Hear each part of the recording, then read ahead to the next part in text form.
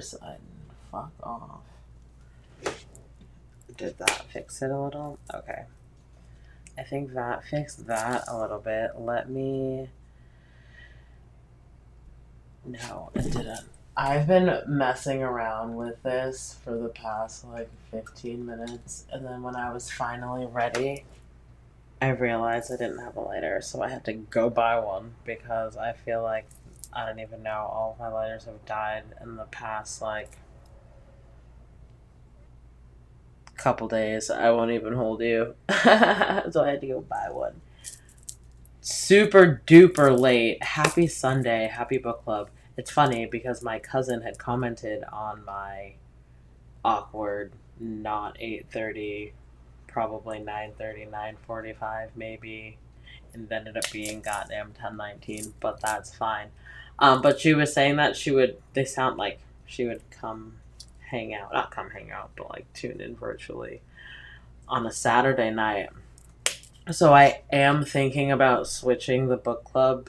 I was thinking about switching the book club timing. No shade. The people that we were trying to cater to having book club earlier don't come to book club anymore. So I'm going to change the time. So I'm thinking, well, now in the day, honestly, I'm thinking, because we don't have anything on Saturdays. So I don't know if I want to maybe either hold off and change it for June or maybe change it for the upcoming weeks. I'll maybe see the active participants, how they feel about it. But yeah, that's my main thing. So, well, not my main thing, but we are probably gonna switch the day and the times around, just because. Yeah, just because, and we can do what we want to. Shit, Shannon Banana is on her way. She did get her little nugget to sleep, so I will wait to super start reading. And whoever filters in, filters in. These are pre-recorded. I do eventually upload them, but you can also go onto our YouTube and look at our lives, and you'll be able to see if you do want to like not watch it right now. Since we are so late, I completely understand. I get it. I do. I do. Let me at least, though, share this to a few places while we do wait for Shanna. I'll twist another. Oh, actually, while I'm sharing, I'll start myself off with an appy. I do have one twisted already, so I am kind of ahead of the game in that aspect. But I don't even have any like decent sized roaches down here. Where'd they go? Where'd you go? I miss you so. Seems like it's been forever since you've been gone. Please come back home.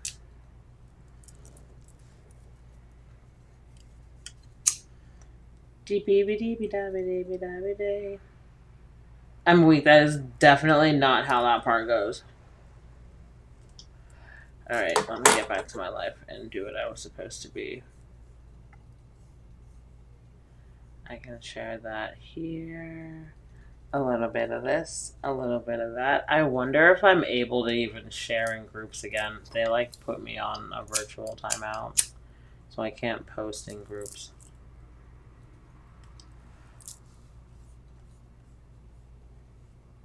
Drop it like it's hot, get the work in that back. Girl, shake that thing.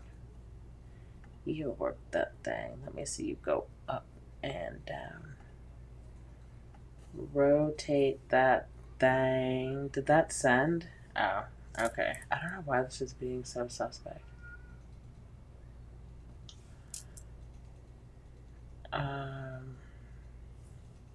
Let me see. Yeah, I don't know. This is being dumb.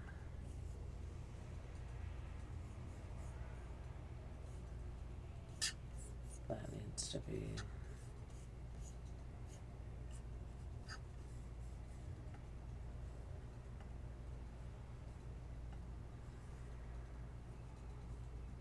see if I can post this too. All you gotta do is say yes. Just know what you do.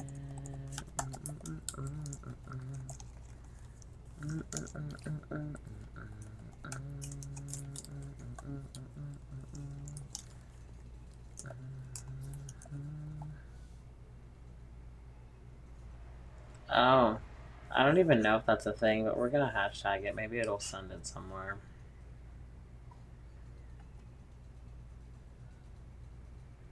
Dude. Cause no bullshit.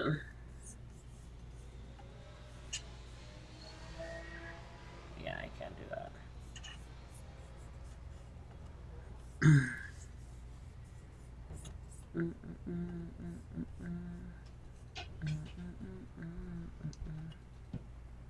Open up your mind and just rest. I'm about to let you know you make me so, so.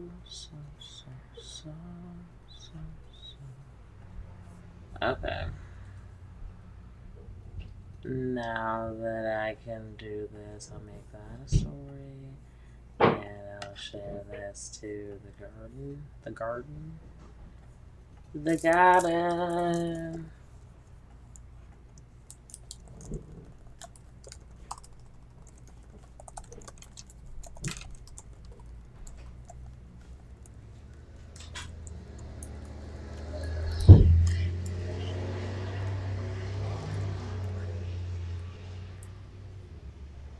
Okay. I think that should suffice. Yeah. I'm like, I don't really know how. Okay. I think that'll do. That'll do, donkey. That'll do. I do need to move my little square QR code because you can't see it on Instagram. Okay. I think that does that. I do think my hair's looking crazy. Oh my goodness. Okay, so while we're trying to like buy time, Mother's Day, I got these really pretty plants and flowers, but the lady that we got them from, she had given me these mint, like would it be a bushel of mint? A handful of mint. She gave me a handful of mint, but it is time, so I put it in water. So it's been a week. But look at the roots. Can you like see them? Look at the roots. So these need to be planted, and we have a new baby that has entered the garden. And honestly, it's some type of peppermint, I think. I feel like that's like the something name. But this piece fell off of the plant, so I was like, oh, I need to propagate this. So I need to put this in some water. But it's cool because the flowers, they're pink and white. They're really pretty. But they like go to sleep. So when I went to go not pull it, but to take this off of the little basket, I was like, oh shit, where'd the flowers go? And then I was like, no way, they sleep. They close up and they go to sleep. But this needs to go in some water, so I need to put that in some soil, and then I need to put this in some water. But isn't this cool? Doesn't it like look cool?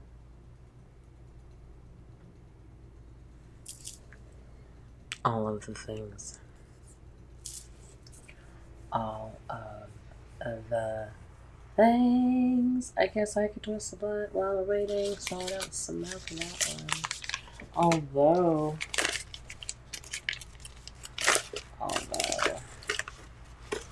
I could probably just smoke that. I'm probably will end up smoking that one while we're waiting. I don't think she's probably like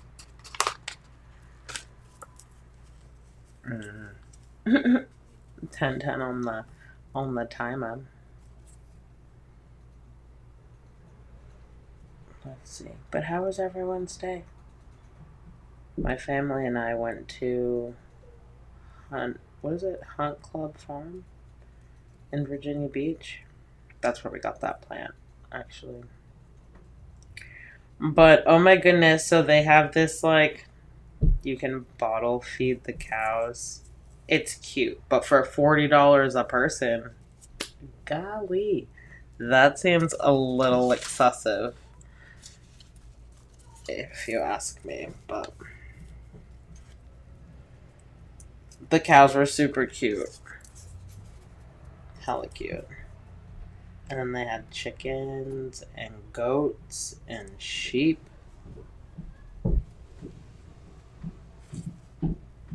And they have this like parakeet like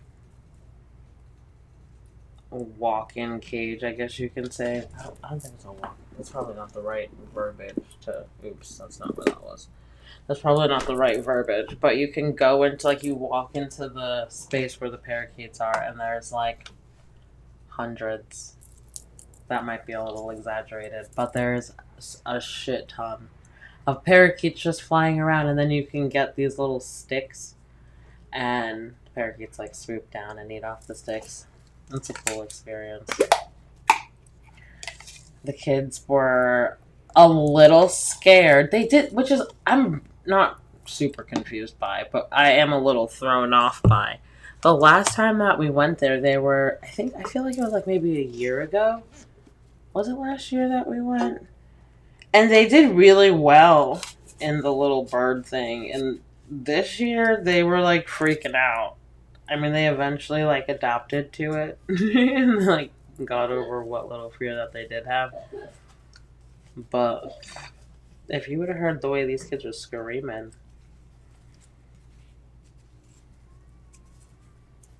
But they had a good time. We had a good time overall. It was not bad. It was really nice out. The weather was nice today. It was like 82, I think. It was nice out. It was definitely nice out.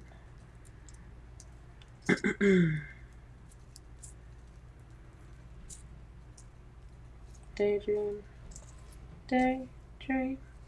I fell asleep beneath the flowers for a couple of hours. Oh my goodness, I took a nap today. I laid down. I was like, oh, I'm just gonna lay down for like a hot second. Clear fucking knocked out, dude. Won't even hold ya. Such a beautiful day. Oh, that's gonna burn fucking so weird because of this stupid vein. Daydream, daydream. I fell asleep beneath the flowers for a couple of hours. Did I kind of fix it? Is that a friend? Maybe? Yay, it is a friend. I was like, I don't know. That was me. No, you're fine, dude. Bruh. I didn't even realize that you had said that he was still up. So I was like, is she coming? What am I doing? That's when I sent you the eyes. And I was like, fuck, dude, let me fucking hop on. And then, as I'm like ready to fucking go on, bitch, I look down, ain't got nothing. Nothing. Oh, it was lighter. Yeah. So I was like, fuck, I need to go get a lighter. Because what the hell am I going to... Look at my mint. I'll set this here. Ah! Fucking Mario. Look, we gotta plant it too. We have the little like roots. The roots, yeah. So we've got to plant them in, and then look, we've got another plant. But when I bought it, so honestly, I don't think that I broke it. Like I took it off the little thing, and then I like lifted it up to show Bryce which one I wanted. But then as I lifted it up, like this just fell to the ground. So I feel like someone clipped it. I feel like someone broke it off, and they were trying to steal it. Could have. Because, like, bruh, I did not. I'm like, I didn't. It's like, how did I even break, like, I don't doubt it. but look at it. Isn't it? I mean, it looks like It weird is. right now. But the It's pretty flowers are pink and white. Okay. And it's called, like, some, like, spearmint something. Okay. But the That's pretty. but the flowers, like, go to sleep. Yeah, they're all I asleep wouldn't doubt right it. now. Someone tried to. We took the dog out back the other day to walk him around. There was this random dude smoking a cigarette, just staring at my plants in my backyard. I'm like, as soon as he saw us, he took off. I was like, I know you ain't back here fucking with my shit. Sitting there plotting against Said me have to put a fucking- camera on my garden. Dude, yeah, you do. I'm like, Fuck. what the fuck, like, Dude. it was like middle of daylight too, like fucking noon. People Well, I mean, if he's trying to steal plants, he needs to see what they look like in the daytime, Right. so he can come out at I night. got my elephant ears back there. I got my rhubarb plant growing real big. I knew that it looked suspect coming out It of looked the real fountain. late. Yeah. Fuck, dude. I took mine home last night. Sean got it today. He's like, "Oh, that's good." I was like, "Back off." Right? Them shit's his bomb. Yeah, I don't know. lemonade's his favorite, and he's like, "That's good." I was like, Bitch. "Back off. That's mine." No, Bruh. I let him have the rest of it. Oops. Let me not drop the new merchandise. I literally cannot. I was like, fuck, dude. Even if I wanted to remotely just hop on and start. It's like, oh, I'm twisted. I could just, yeah, no. An additional fucking 10 minutes later. Okay. Let me light some candles. I was better off just getting a lighter. I had water down here. That's how the universe is like, bitch, nope, drink your water. It's water.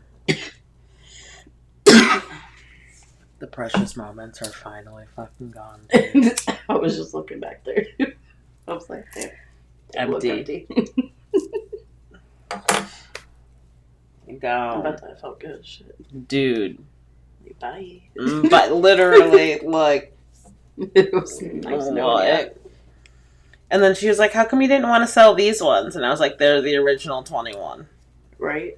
I'm like, no. You could have like a separate fee for these. Bruh, yeah, no, in addition to. Right. But if I do, like, at least with those now, if I do want to go ahead and individually sell those, at least it's not like 150. Right. Like, you know, it's only. It's not like overwhelming, yeah.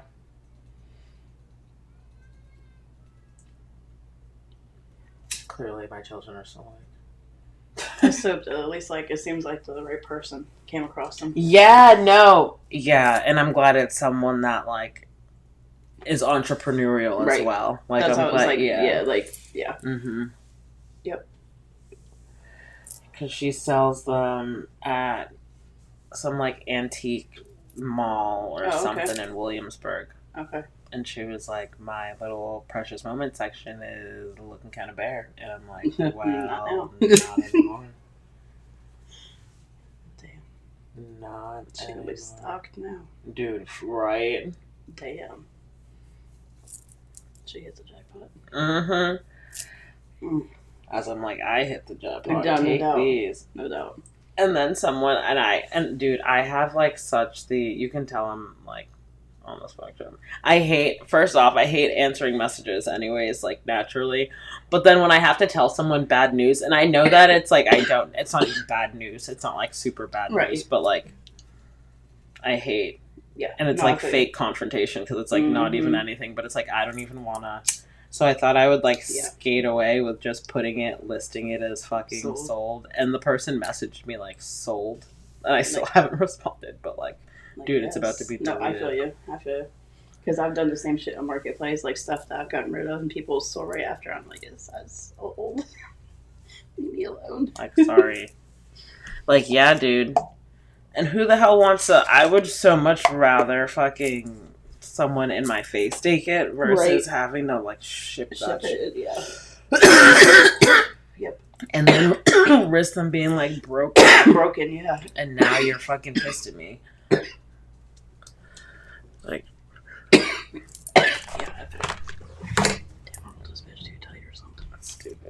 I'm weak. Yeah, this one, when we do burn it, it's gonna burn the vein. Yeah.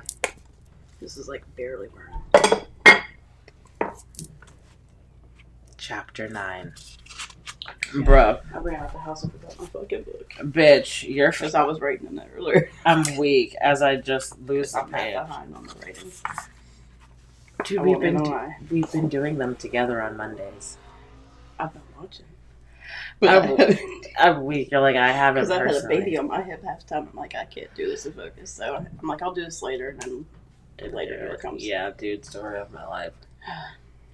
All rights reserved, including the right to reproduce this book or portions thereof in any form whatsoever without written permission, except in the case of brief quotations embodied in the critical articles or reviews. This work is... No, I lied. This is a work of nonfiction regarding true events. To protect privacy of those depicted, names and identifying characters were modified. The dialogue was recreated from the author's recollection of events. This book contains mature content that may be difficult for some readers, including substance abuse, alcohol abuse, and sexual violence. Reader discretion is advised. Reader discretion. Huh? I think I done left my phone in the car. Bitch, I left my phone upstairs and had to go get it because I was like, how am I starting book club with no phone? I know, because I was going to click it and join the live to fuck. Now I gotta go grab it. Okay. Okay. Make sure it's on. Okay. Wow. Sorry.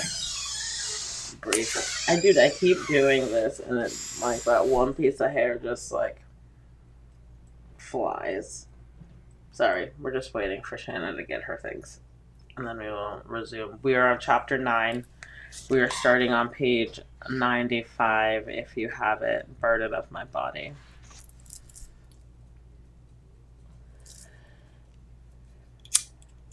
We are coasting through this book.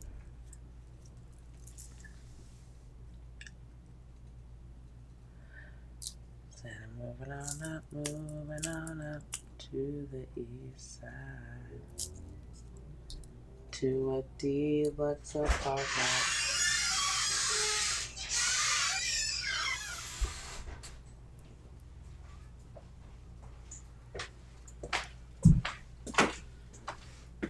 I lost it open and that was my seats. Oh no. I was like flipped up. Oh, I'm weak. I just saw your high. I finally got the piece of the... Oh, now it wants to burn the whole time. Bullshit.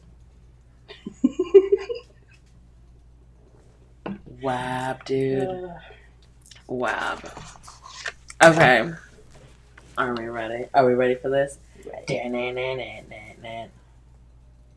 Okay, burden of my body. This chapter is dedicated to all of the imperfect souls who have spent countless hours watching Law & Order SVU, never believing they might one day find themselves in a role of the victim, and wishing, if that moment unfortunately ever came, that a fictional character like Captain Benson would step in to empower them and fight for justice.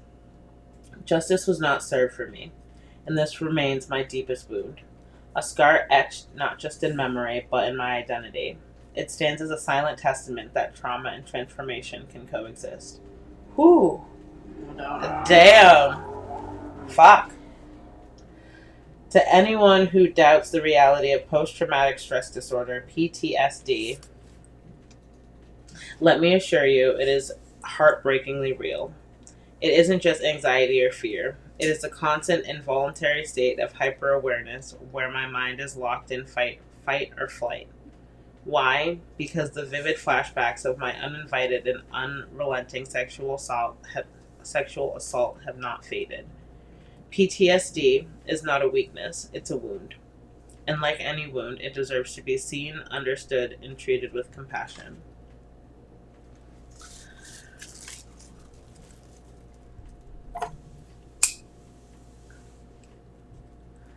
I remember feeling a mix of excitement and anxiety as I prepared to attend college. I always thought it was a far-fetched dream for someone like me. I graduated high school with a 1.8 GPA because my priority was caring for my mother. The college application process required 2 essays and one simple dream. All I hoped for was that a college, just one, would be empathetic and give this disabled, reserved girl crippled with anxiety a chance to see her potential. I applied to 12 colleges and I applied to 12 colleges and was accepted into 3 to 4 small private schools. Although I had no idea how I would afford it, I refused to let that uncertainty discourage me. I chose to attend a small private business school in the middle of nowhere. The school population was predominantly men, but that didn't matter to me. I had 2 goals: to make my dad and Samantha proud, and to prove my high school guidance counselor wrong. I was fortunate to receive a scholarship and financial aid, along with a small private loan generously co-signed by my supportive aunt and uncle. These resources enabled me to embark on a new chapter of life filled with hope, opportunity, and a renewed sense of freedom. In one of my college essays, I expressed my deep passion for sports, which led my admissions counselor to connect me with the athletic department. Additionally, my financial aid package included federal work study, offering me the chance to earn income through an on-campus job, an invaluable opportunity for low-income students like me to help cover some college expenses. I secured the job in the athletic department's equipment room, which allowed me to move in early and become immersed in campus life before classes even began. The position was perfect, and I always looked forward to my shifts because it gave me the chance to interact with the athletes of both genders. One of the highlights of my position was standing on the sidelines during the football games, soaking in the roar of the crowd, the sharp play calls. Excuse me. Excuse me. Fuck. In the crisp Friday night air under the stadium lights. What I hadn't realized was beneath its seemingly vibrant, and welcoming surface. The environment also provided the perfect conditions for players like Scotty to prey upon, and exploit women. At work, I got to know most of the athletes and the equipment they relied on. As time went on, the players grew more familiar with me, and our interactions became more relaxed and fun. We would joke around and share some laughs and built a sense of camaraderie. The football players were the goofiest, and I soon found myself memorizing their equipment and jersey numbers. Players whose information I hadn't memorized yet would say, "Cat, you don't remember mine, but you remember his." It was all in good fun. Scotty and a few others regularly tried to charm me, but the other 2 girls with their smooth talk and playful flirt and the other 2 would try to charm me and the other 2 girls with their smooth talk and playful flirting. But we would simply laugh. As a woman in college, who wouldn't be interested in being flirted with? However, there is a clear line between playful flirting and behavior that crosses into pressure or force. On campus, there was a designated residence hall for freshmen. My room was tucked in the corner of the 3rd floor near the stairs, and it couldn't have been better. I had a double room all to myself. Although I initially expected it to be lonely, I quickly came to appreciate the space and to feel safe in my solitude. Having my own space meant no distractions, no awkward small talk, and the comfort of knowing I could unwind in peace and move freely with or without my prosthetics. Scotty lived in the same residence hall, so we bumped into each other all the time. Our encounters were reliably filled with sarcastic banter and laughter with witty jabs. He was cute, which made our interactions feel like harmless, playful flirting. We had the tendency. I was trying to see if everything was. I was going to pass this. We have the tendency of crossing paths in one of the many laundry rooms scattered throughout the building. Watching guys like Scotty struggle through the basics of laundry was amusing to me. I would end up giving an impromptu tutorial on separating darks from lights in the art of folding. These moments turned routine chores into unexpectedly funny and entertaining exchanges. There we go. I don't know why the hell I fucking tripped up on that. One afternoon, Scotty knocked on my door to ask me for a favor. He said he needed help doing his laundry, just transferring clothes from the washer to the dryer and folding them. He said he either had an away game or practice. This one detail I don't remember, and he wasn't coming back until later. I didn't give it too much thought at the time. We were friendly enough, and I was already accustomed to doing laundry for the players in the equipment room. I laughed softly and said, "Sure, no problem, but you'll owe me." "Great, thank you so much," he replied. Later that evening, Scotty returned. I dropped off his laundry, and he thanked me for my help. I had just finally started to settle in for the night when I heard a knock at my door, sometime between 9:30 and 10. I opened the door to find Scotty standing there. I was surprised to see him. "Hey, what's up?" I asked.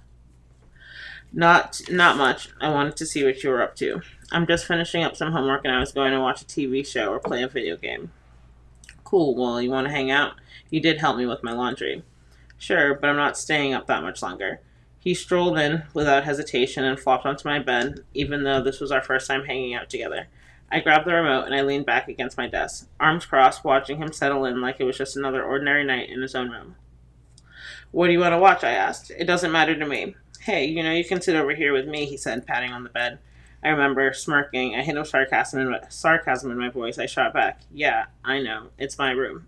I walked over slowly, handing him the remote as I eased on the edge of my bed, weary and deliberate. Before I could even get comfortable, Scotty sprawled out like he owned the place. I gave him a snide look and said, "Wow, just make yourself at home, why don't you?" This part of my memory is kind of fuzzy. While he was sprawling out without warning, he pulled me close and wrapped his arm tightly around my side. Next thing I knew, I was lying next to him and he was forcing his tongue in my mouth. I tried to push him away, but somehow he got on top of me. And I stared at the white concrete ceiling, fluorescent light shining in my eyes. A wave of fear surged through me, paralyzing every muscle. Scotty suddenly sprang off the bed and quickly pulled the curtain shut. Then, without hesitation, he climbed back on top of me, yanking my shirt and bra off, and his aggression escalated. I was in the fight of my life. I kept repeating, "Stop," and pushing against him with everything I had, but I was powerless. I felt both physically and emotionally numb. My mind and soul left my body, and I blacked out. When he attempted to pull my pants down, I began to come to. I somehow found the will and the strength to hold the waistband of my gray sweatpants. Thank God for me. He unbuttoned his jeans and let them fall. I clenched my eyes shut, pressing my lips together, gripping my waistband of my gray sweatpants with every ounce of strength I had. Then, with unsettling confidence, he said, "I have to finish," and leaned in, trying to kiss me. I turned my head and silently prayed that this was all a nightmare. He grabbed both of my breasts and slid his erection between them. He started moaning and ejaculated all over my chest. When fear courses through your veins and every second stretches, turning minutes into hours, those 30 to 45 minutes felt like an eternity. I felt like I lost a battle. He finally finished. He nonchalantly got up, got dressed like it was nothing, like I was nothing. I laid there half naked, paralyzed, numb, and scared. As soon as I heard the door slam shut, I stood up, locked it, and placed my desk chair in front of it. I removed my prosthetics immediately and went into the shower, curled in the fetal position, and let the pool of tears and the shower water blend together until the scalding hot water turned my skin red, hoping the burn on the outside would match the ache within.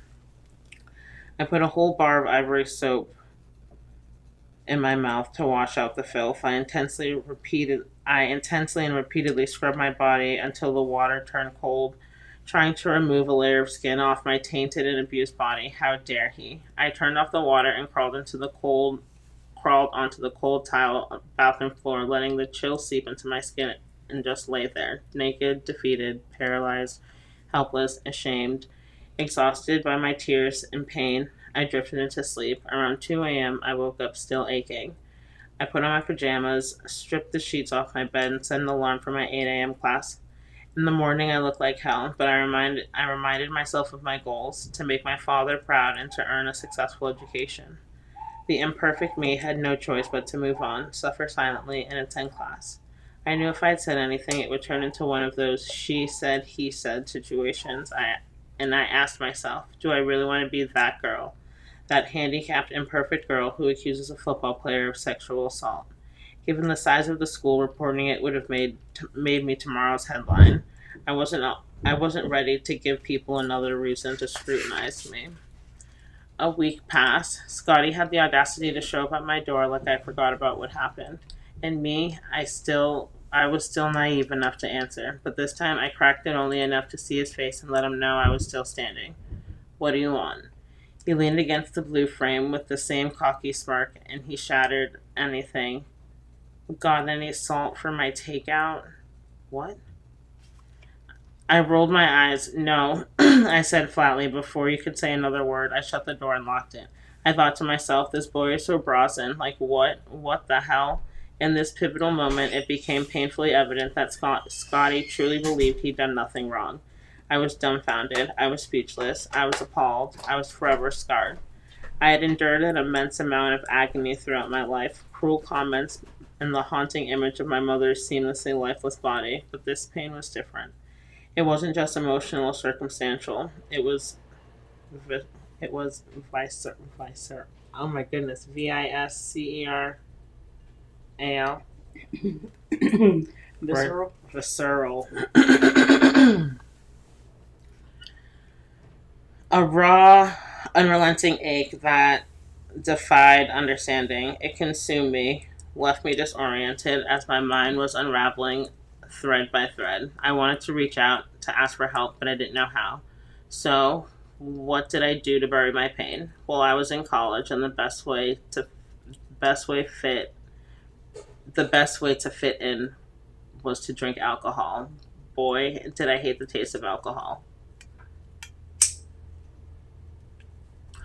Hey, Tiffany. Hi, love. Dude, so sad. Like, what the fuck, dude? I still remember my very first drink being a warm Jack Daniels. I never had experienced heartburn until Mr. Jack Daniel was introduced into my life. To fit in with the cool kids, I either had to put up or shut up. And that's exactly what I did. I would tag along to parties with girls who were acquaintances more than friends. I sensed I was the ugly friend they brought along because they felt bad for me. I'd fade into the background unnoticed and unimportant, like the girl at the school dance who sits alone at the table, pretending not to care that no one asked her to dance. I accepted that this was my place. In all honesty, I don't think I ever wanted another boy to look at me again. I went to the parties not for the company, but for the free booze, hoping that alcohol would dull the ache and the blur of the memories of that awful night. To get drinks down, I used chasers to mask the burn. At one party, a girl showed me how to mix drinks that dulled the strong alcohol taste. I could still taste it. The mornings after were brutal, plagued by wicked hangovers that left me hollow, but drinking was my only path to tranquility. I lived a double life, and to this day, I struggle to explain how I managed it. During the day, I was a model student, attending lectures, finishing assignments, and clocking in at work. I wore the uniform of a quiet, studious college student, blending in with ease. But when night fell, especially Thursday through Sundays, I became a binge lost drinker. Dude, no bullshit. I feel like that was like everyone in school. Because I can go down like the list of days where I was just drunk as fuck, dude. Mellow Mondays, Twisted Tuesdays, Wasted Wednesdays, Thirsty Thursdays, Fucked Up Fridays, Sloppy Saturdays, Sunday Fun Days, and then like, what did I say, Mellow Mondays? So Monday we weren't drunk? Yep. I became a lost binge drinker. The feeling of being inebriated stimulated me, leading to my fair share of blackouts. I thought I was someone else. I enjoyed being someone else. That someone else felt free of her existence. There were nights when the alcohol didn't just numb me, it ignited some anger. I remember punching my fist. Ooh, baby girl.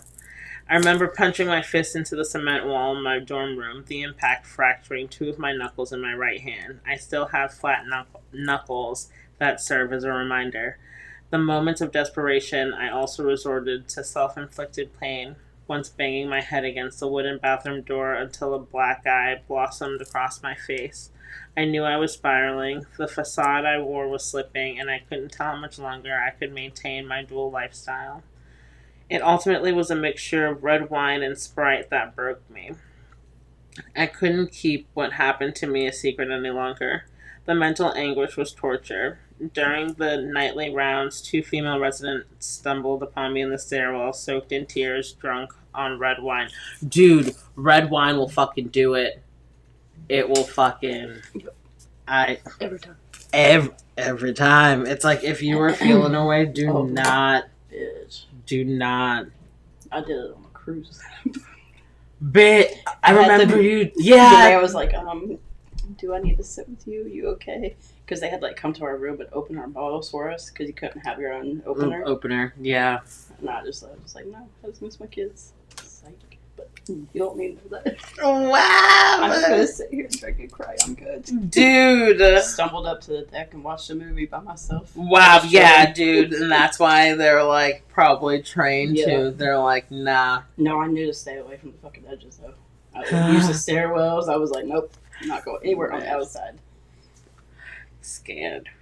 Red wine. Despite not knowing these girls, despite not knowing these girls, I felt a sense of comfort for a moment when one of them sat beside me. Her soft voice and caring demeanor made it easy for me to confide in her. I can't recall if I told her Scotty's name, but I do remember explaining what happened in the way she hugged me, holding me for what felt like 5 whole minutes.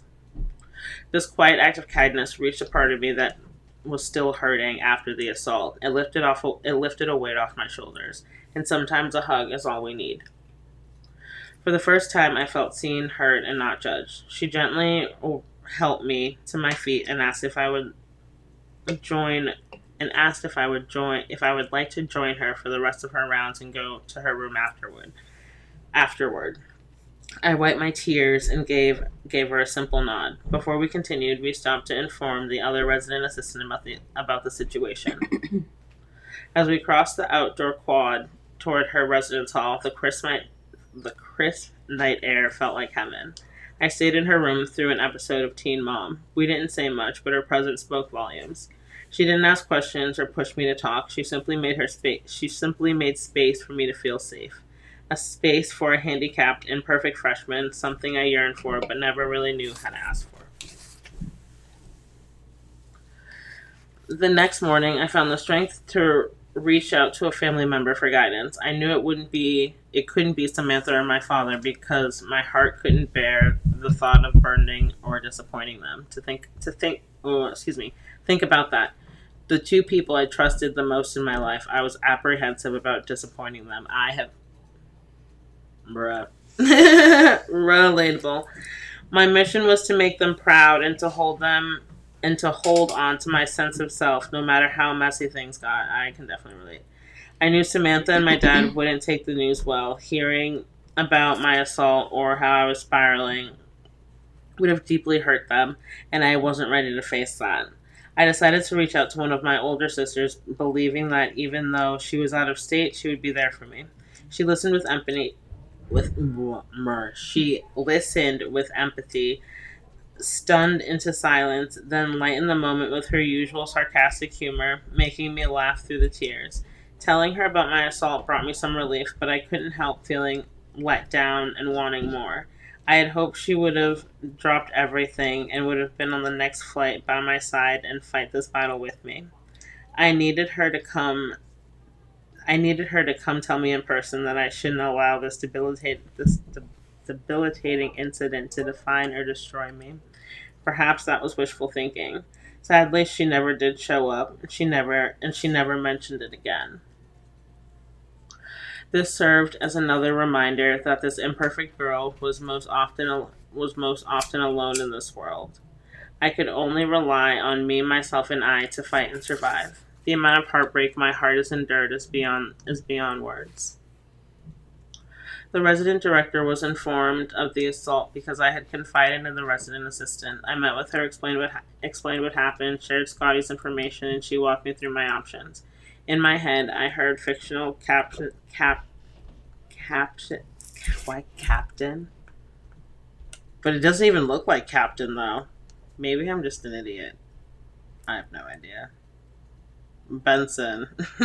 Disappointed voice saying, I had washed away all the evidence, making it a challenging case to win. For my mental health, I had to evaluate if it's even worth reliving the assault in a greater detail and also putting my family through the strain of an investigation. I decided to give myself time to think about it from all angles. A few weeks later, the resident director called me to inform me that Scotty was planning to transfer to another institution at the end of the academic year. She shared the news gently, hoping it might help me decide whether to pursue an investigation or allow his future departure to offer a measure of relief. The decision seemed clear to me. For my survival, I merely needed to steer clear of Scotty for the remainder of the school year, which is exactly what I did. I kept my head down, avoided him, achieved good grades, and still drank occasionally, but less frequently. I found a small group of friends to provide a distraction and to help me get through the remainder of the year. Although I chose not to endure the pain of legal action, I now wish that that those I confided in had encouraged me to seek counseling. I'm still not entirely sure how I pulled it off, but I managed to juggle my personal struggles while earning a spot on the dean's list both semesters. I know that's right. Get it, girl. I suffered in silence, but somehow found a way to maintain balance. The hardest part of silence was contending with the relentless voice in my head, always running, never resting, and impossible to shut off. The resident director's words, I always remember you are a survivor, will forever be with me. I believe that I chose the cowardly high road, and I hope you possess a stronger will than I did. If you were or are a victim of a traumatic situation, I hope you pursued the justice you deserve. In life, there will always be these moments of regrets when we wish we would go back in time and rewrite a piece of our history. A piece of our story. If I could go back with my rejuvenated strength and know what I know now, I would fight for my justice in hopes that boys like Scotty never underestimate the power of an imperfect nobody again. To make him realize he is a monster. I pray each day that no other woman fell victim to Scotty, and if they did, they found the courage and the strength to seek justice. It's remarkable how my mental resilience was tested the first quarter of my life. Perhaps my mental strength is my secret superpower. And then the little... Isn't it so good? Dude, it is really good. So make sure that you buy your copy from our Amazon storefront. I always do this wrong. That barcode right there. Scan the barcode. And it'll link you to our store. And it's got the Ink Your Thoughts too. So it's like shadow work too. So this one, the first question for this chapter, is have you ever experienced personal injustice? Did you rely on others to assist you? Are you still seeking justice? And then the second one is, in your life lessons, do you feel like you can help somebody in need?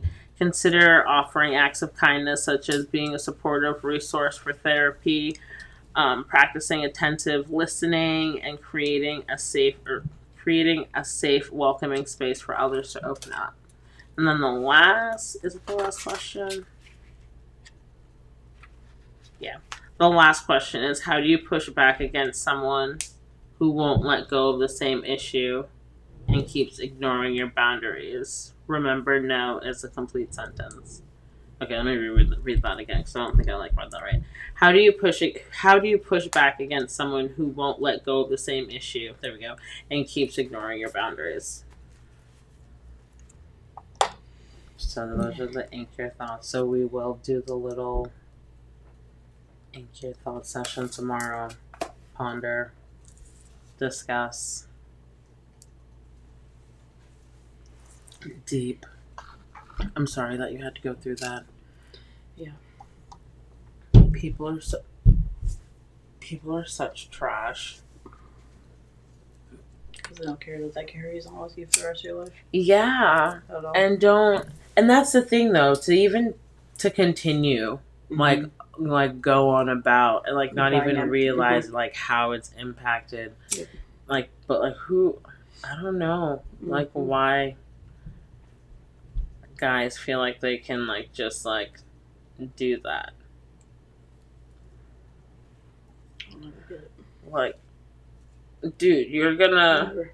have kids one day, Exactly. you know, and then you're that's gonna when it's have a gonna little. hit them. But like, what? After Why does it you take done that for you fucking to- yeah, now you have a little bit of empathy, dude. Yeah, at that point, I'm like, fuck your empathy. That's crazy. And it's like, what, your mama ain't never told you no? Right. Right. Like,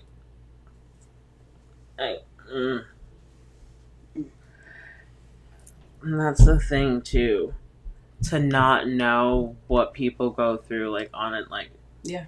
like so people are carrying like Mhm. that from you know, from and that's like And it don't go away. You just continue to carry it. No, dude. And then it could just be like any trigger that can like Absolutely. make you think about And, it. Yep. And it don't matter if it's a week later, 5 years later, 20 years Dude, later. no. It's gonna happen. And those Yeah. people who did that are just living life. Yeah. Like what? The goddamn It's okay. Something will come back for them one day. that. No, definitely. Energy Yep, it will. is karma. How does it go? Energy is like no. How does that song go? It's that fucking Justin Bieber, Chris Brown song.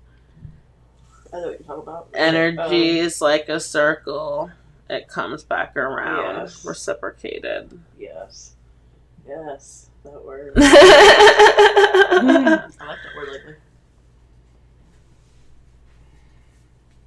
But it's true. yes, Tiffany. This is book club. Welcome to book club. We're definitely probably going to end up changing the day and time because it once worked and now it's not working. So we need to like revisit and go back to the drawing board. I need to fucking upload and edit because I thought that I was like gonna do like cheat a little bit, but I can't make shorts from the lives. I can only Really? make shorts from the video, so I need to continue on my video uploading fucking journey. That's weird. You would think you'd be able to do it from lives. Ooh, it's 11/11. Confirmation. Right. Confirmation. Insane in the membrane. But I appreciate everyone tuning in. We have to plant our pot our plants. Be gardeners for real. I appreciate everyone hanging out with us today. Please like, share, comment, and subscribe if you haven't already. Check out mjsgarden.com. Check out lazysusan.com. And yeah, all of the fun things. We'll see you guys tomorrow. Ink your thoughts. Don't forget to do them. I'll see you guys tomorrow.